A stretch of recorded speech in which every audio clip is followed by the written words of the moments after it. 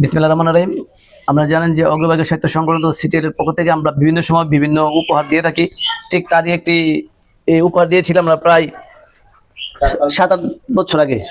7-8 বছর আগে অগ্রভাগে সাহিত্য সংগঠন সিটিএল যেটার একটা উজুখানা করে দিয়েছিলাম। তো আমি আজকে আসছি এই এলাকায় একটা প্রোগ্রামে।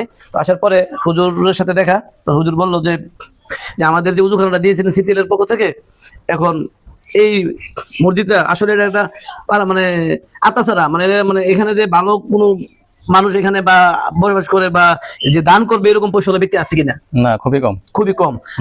নাই মানে বলতে গেলে হয়, নাই বলতে গেলে চলে। তো উজুখানাটা যে করে দিয়েছিলাম এখন মোটামুটি চলে, এটা আশা করি সমস্যা হবে না।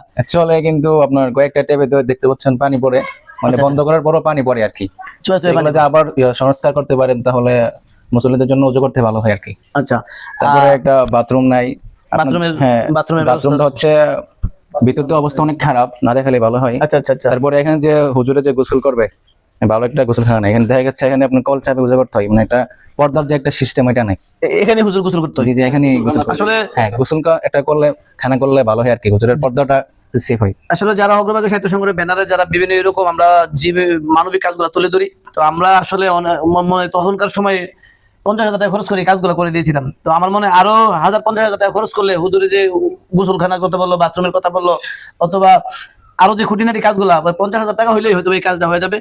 আমি সুহৃদবান ব্যক্তি যারা এই এলাকার অন্ধ হাতে দান করেন বা যারা মসজিদের জন্য উপকার করতে চায় বা মসজিদের সেবা করতে চায় বা এই এলাকায় একটা নিরহ গ্রাম, সেটা আতাছড়া গুচ্ছ একটা গ্রাম, সেই গ্রামে আসলে এটার মধ্যে যে কেউ চাঁদা দিবে বা ওইরকম কোনো এবিলিটি নাই, না খুবই কম আর কি। তো আমি সবাইকে আহ্বান রাখবো, আপনারা যে যদি বলেন, আপনি একটু বলেন যে যারা দেশে এবং প্রবাসে যারা আছে যেন এই আতাছড়া মসজিদের যে লোকেশনটা দিয়ে দেন, যেন মসজিদে এসে যোগাযোগ করতে পারে।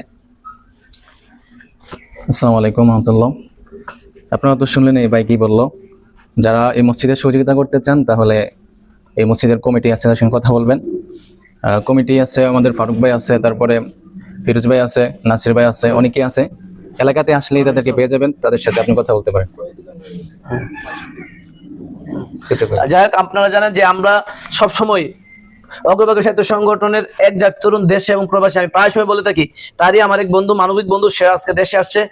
এই উজুখানাটা যখন করছি এই বন্ধুর অবদান ছিল।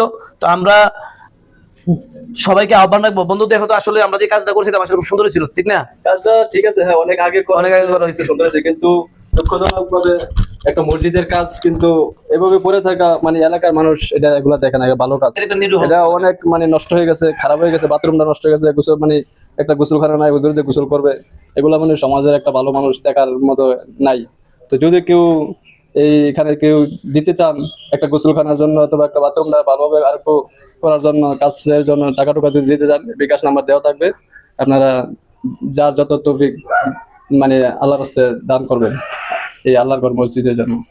তো আমরা সবাইকে আহ্বান রাখবো যে আমরা তো পাশে আছি, যদি কেউ সুহৃদয় ব্যক্তি নাও থাকে, ইনশাল্লাহ এই মসজিদের টুকিটাকি কাজের জন্য অবশ্যই আমরা, আমাদের নলেজে আছে, অবশ্যই আমরা একটা ব্যবস্থা নিব, ঠিক আছে? আর উজুখানাটা সুন্দর করে পরিষ্কার রাখেন যেন মানুষ সুন্দরভাবে উজু করতে পারে, ঠিক আছে? আর এই পাইপ কয়টা নষ্ট, এই পানির কল? আচ্ছা, কয়েকটা নষ্ট আছে, কয়েকটা নষ্ট না? আচ্ছা, সবগুলো এইগুলো সার্ভিসের জন্য কেউ 10টা মানে ওই দিনে রমজানের আগে করা হয়েছিল আর কি। আচ্ছা আচ্ছা। তারপর আবার এরকম হয়ে গেছে। রমজানের আগে ওই আপনার ওখানে প্রস্তাবখানার মধ্যে একটা লাইন দেওয়া হয়েছে, ট্যাপ দেওয়া হয়েছে। রমজানের আগে টুকটাক কাজ করা হয়েছে, কিন্তু মোটামুটি সব কাজ শেষ হয় না আর কি।